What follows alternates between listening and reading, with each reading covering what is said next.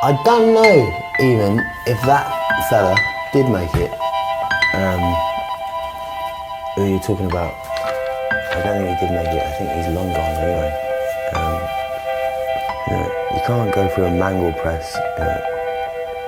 Not that I've come out like the fella at the end of Who Framed Roger Rabbit, floating in the air. It's good fun. But yeah, I still think I'm reeling a little bit sometimes from the past, So I tend not to think about it. And I've got a huge fucking problem with age actually, which I didn't ever admit to because I never really felt it, but you just said it there and I'm thinking, fucking hell, I really don't want to die.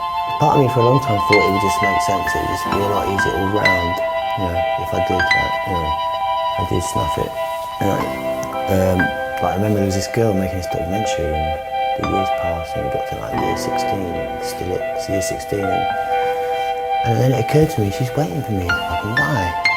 The whole theme of it is about darkness. She's picked out a lot of darkness. There's a lot of rejecting and a lot of like wounds and other people falling out of the fucking carriage, and people getting carried off in bags. And then it's like, this is waiting. This story, the only logical ending here, the only thing that will make sense and explain everything is that, oh yeah, well look, there we are now. That's finished. Now we understand. But actually surviving and still being able to talk, walk, make love, digest food. I can't feel my left foot, but apart from that, I'm all right. I just don't. I've had to sort of learn to run again. But do you still feel the weight of when people come at you with all these old headlines? Do you feel kind of a shadow of? Have you made peace with that? I don't know. The world I'm inhabiting at the moment, the Peter Doherty is like. Jack's from a different generation, he's from a different planet. Rafa's from a different culture, he's never fucking read a tabloid. They got, the French they're not part of that, they don't have that tabloid thing. They wouldn't be able to tell you any of the stories about me, my missus now, she's like, she's a travelling girl and she just knows Doherty is a travelling name and thought I was a travelling man or I was from a travelling family. Slowly, she's learning the truth, and she's kind of fascinated by it. But she's completely flabbergasted at the idea that I'm this whoever, that guy from the headlines. She's fucking fuming about it, because she's got she sees me as whatever she sees me as, not really whatever they presented. What was it? Some proper messed up arsehole. I was never like that. I was always very softly spoken and kind of looked after myself. I had dirty hands occasionally, but they really fucking went in for the jugular. And it's hard to explain, but there wasn't really a lot of truth to it.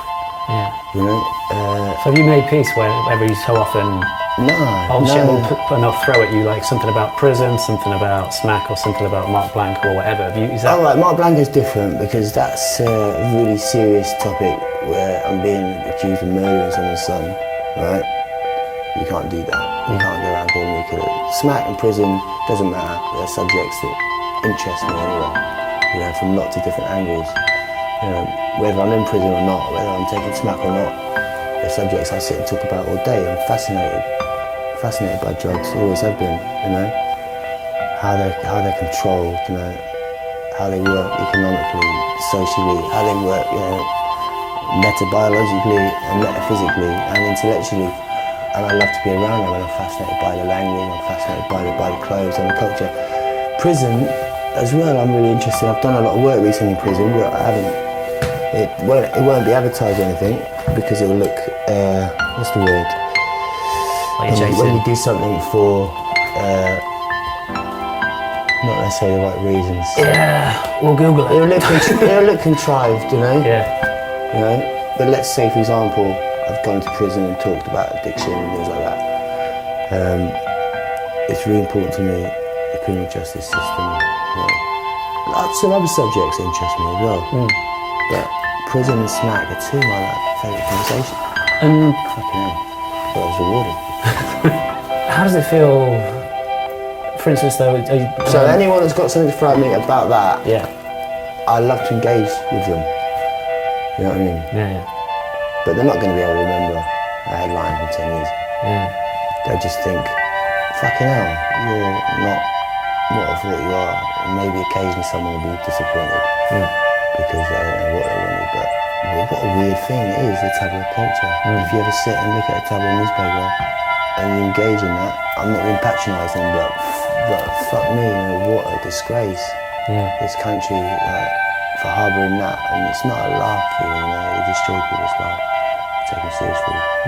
Going from my nan's bins and things like that, and giving people money to set me up, you know. You can't do that, you know. You can't do that. You've got to expect someone to come up behind you with a brick and put it through the back of your skull. You know what I mean? Because that's what they're doing. You know, making a cunt out of people. Good football, good sport coverage in the tabloids, you know? But you've got to remember, these people, the Daily Mail, for example, fascists.